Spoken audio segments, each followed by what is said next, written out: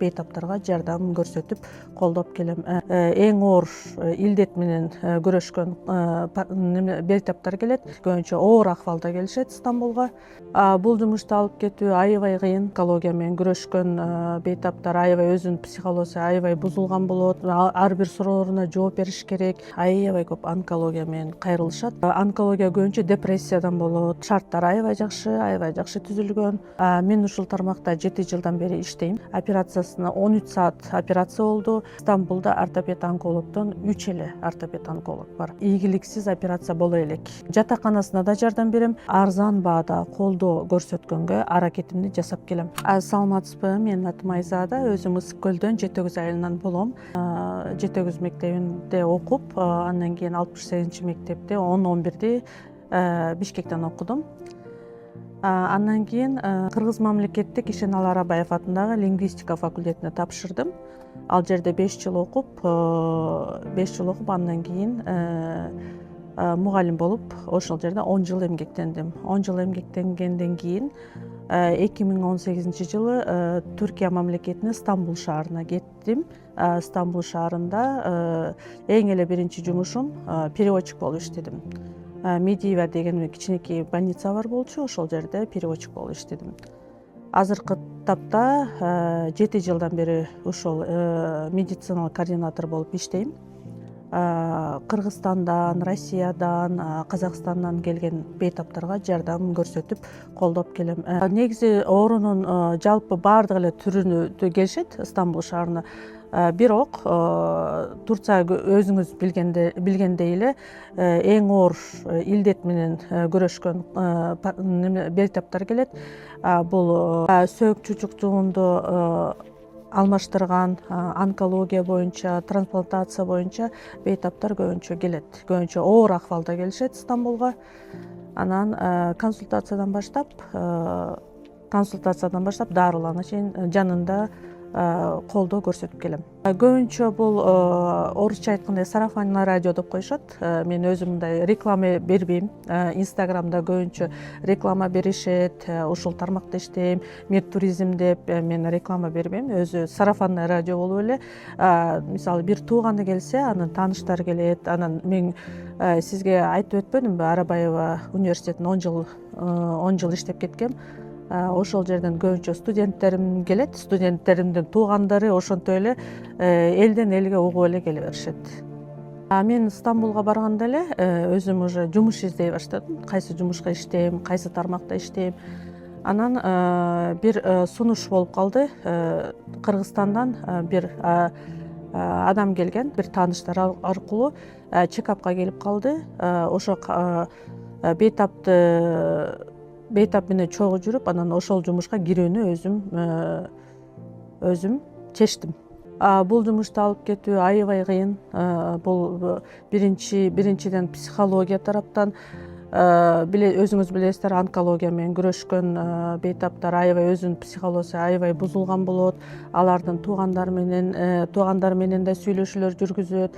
Алар Кыргызстанда болот. Ар бир сурооруна жооп бериш керек.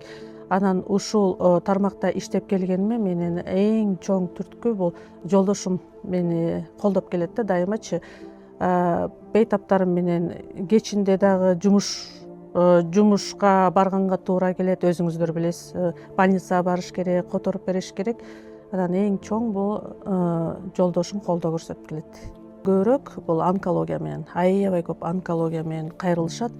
Акыркы учурларда астосаркома диагнозу менен көп кайрылып жатышат. Өзүңүздөр билсеңиздер керек, астосаркома бул сөөктүн рагы болуп саналат. Көбүнчө 13-12 жаштардагы өспүрүмдөр ооруйт да. Анычы операция Кыргызстанда кыла алышат болуш керек, бирок көбүнчө Стамбулда кылдырышат. Себеби деген буну бир жаңы бейтапым болгон. Ошо бейтаптын операциясы протезсиз өзүнүн сөөгү колдонулуп операциясы жасалган. Көбүнчө онкология трансплантация боюнча көп келет Стамбулга.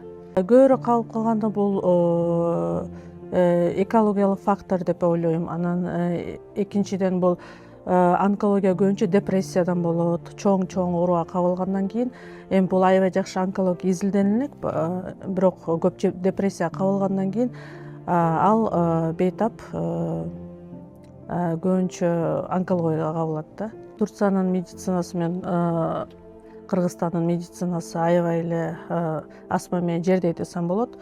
Шарттар аябай жакшы түзүлгөн. Профессорлор, көбүнчө Турцияда профессорлор тажрыйбасын Европа, Америкадан өткөрүшөт көбүнчө. Турцияда медицина тапшырыш үчүн аябагандай эмгек керек. Мен ушул тармакта 7 жылдан бери иштейм, медицина координатору болуп иштейм. Жана ошондой эле 7 жыл аралыгында көптөгөн бейтаптар келди. Ошонун арасынан көбүнчө бейтаптарга жакын болуп каласың, себеби өзүлөр оор дарт менен күрөшүп келген бейтаптардын жанында жүргөндө жакын болуп туугандай болуп каласың. Ошонун ичинен бир бейтап менин эсиме азыр деле келет. Азыр деле өзүмдүн тууганымдай, өзүмдүн кызымдай. Себеби ал остеосаркома менен диагнозу менен келген Стамбул шаарына. Операциясы аябай ийгиликтүү өтүп, азыр дагы биз байланышып турабыз. Ата энеси менен байланышып турабыз, кызы өзү менен да байланышып турабыз. Ханбике 13 жашар кыз мага кайрылган остеосаркома диагнозу менен. Ал операция Кыргызстанда протез коебуз дешкен, бирок Стамбулга ата энеси Стамбулга кетишип, операциясы аябай ийгиликтүү өттү. Операциясына 13 саат операция болду. Операцияда протез колдонулган жок, өзүнүн эле сөөгү кайра колдонулду. Операцияга пластический хирург жана ортопед-онколог кирди. Стамбулда ортопед-онкологдон 3 эле ортопед-онколог бар. Ошонун ичинен бир эң жакшы профессор жасады операциясы. Операциясы аябай ийгиликтүү өтүп, кийинки контролго келгендер 3 ай келгенден кийин результаты аябай жакшы болду.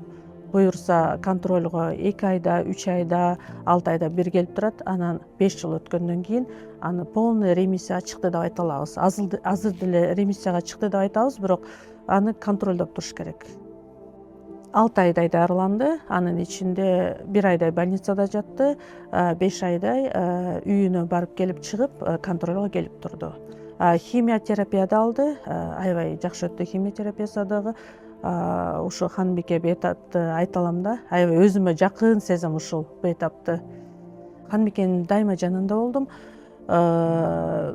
Профессорго кирген консультация учурларында больницанын ичинде да переводчиктер бар, өзүнүн личный переводчиктери, бирок мен ар бир консультация болгон учурларда жанына кирүүгө туура келди. Себеби клиникада кыргыз переводчиктер аябай аз. Бардык клиникаларда. Анан алар менен ар бир консультацияга кирүүгө туура келди. Менин практикамда ийгиликсиз операция боло элек. Мен эгер бул жерден бейтаптар мага документацияларын жибергенден кийин мен профессорлор менен биз сүйлөшүүлөр жүргүзүлөт, консилиум өткөрүлөт. Эгер бейтап чын эле уже аябай оор акыбалда болсо, аны Стамбулга чакырганга деле кажети жок деп ойлойм. Мен антип бейтаптарды чакыра бербейм. Эгер чын эле лечениясы болсо, операция боло турган болсо, анда ата энелерине айтам, чакырууга туура келет. Бейтаптар больницага кайрылбастан артта дагы аябай көп иштер бар. Визовый иштери болот. Турцияда билесиз 90 күн калгандан кийин, андан кийин уже виза алыш керек. Визовый иштерин мен бейтаптын акчалары кетпесин, агентстволорго кайрылып өзүлөрү акча кетирбесин деп өзүм лично жүгүрөм. Ар бир бейтап үчүн аяк государственный организация болгондон кийин ал жерге жөн эле граждандарды ала бербейт, ал мекемелерге. Ана мен өзүм түрк мамлекетинин гражданины болгондон кийин ал мекемелерге кире берем. Жатаканасына да жардам берем. Мен көбүнчө бейтаптарга бекер жатакана тапканга аракет кылам. Көбүнчө фонддорго кайрылам. Ал жерде түрктө фонддор бар. Мисалы 13 жаштан 18 жашка чейин өспүрүмдөрдүн фонддору бар. Ошол жерлерге кайрылып, эгер бош месталары болсо, ошол жерлерге жайгаштырганга аракет кылам. Жалпы алып көргөндө Казакстан, Россия, Өзбекстан көбүнчө СНГдан келет да бизге, Кыргызстан, Дубайдан да кайрылышат, Египеттен да келгендер бар. Жалпы алып көргөн 500 бейтапка жардам бериптирмин. Менин максатым Кыргызстандан келген бейтаптарга жеңилдетилген шартта жана 7 жылдан бери ушул тармакта иштегениме байланыштуу көптөгөн бейтаптар болду жашоомдо. Алар сүйүнсө алар менен чогуу сүйүнүп, алар ыйласа алар менен чогуу ыйлап, карызга, операцияга сүйлөшкөн учурлар да болду. Үйдөн жолдошум да айтып жатты, алар операциясын төлөбөсө эмне кыласың деп. Бирок мен Кудайыма ишендим, Аллахыма ишендим. Себеби ал операциясын бир биздин чоң инсаныбыз, Кыргызстанда чоң инсаныбыз ошол операцияны жапты.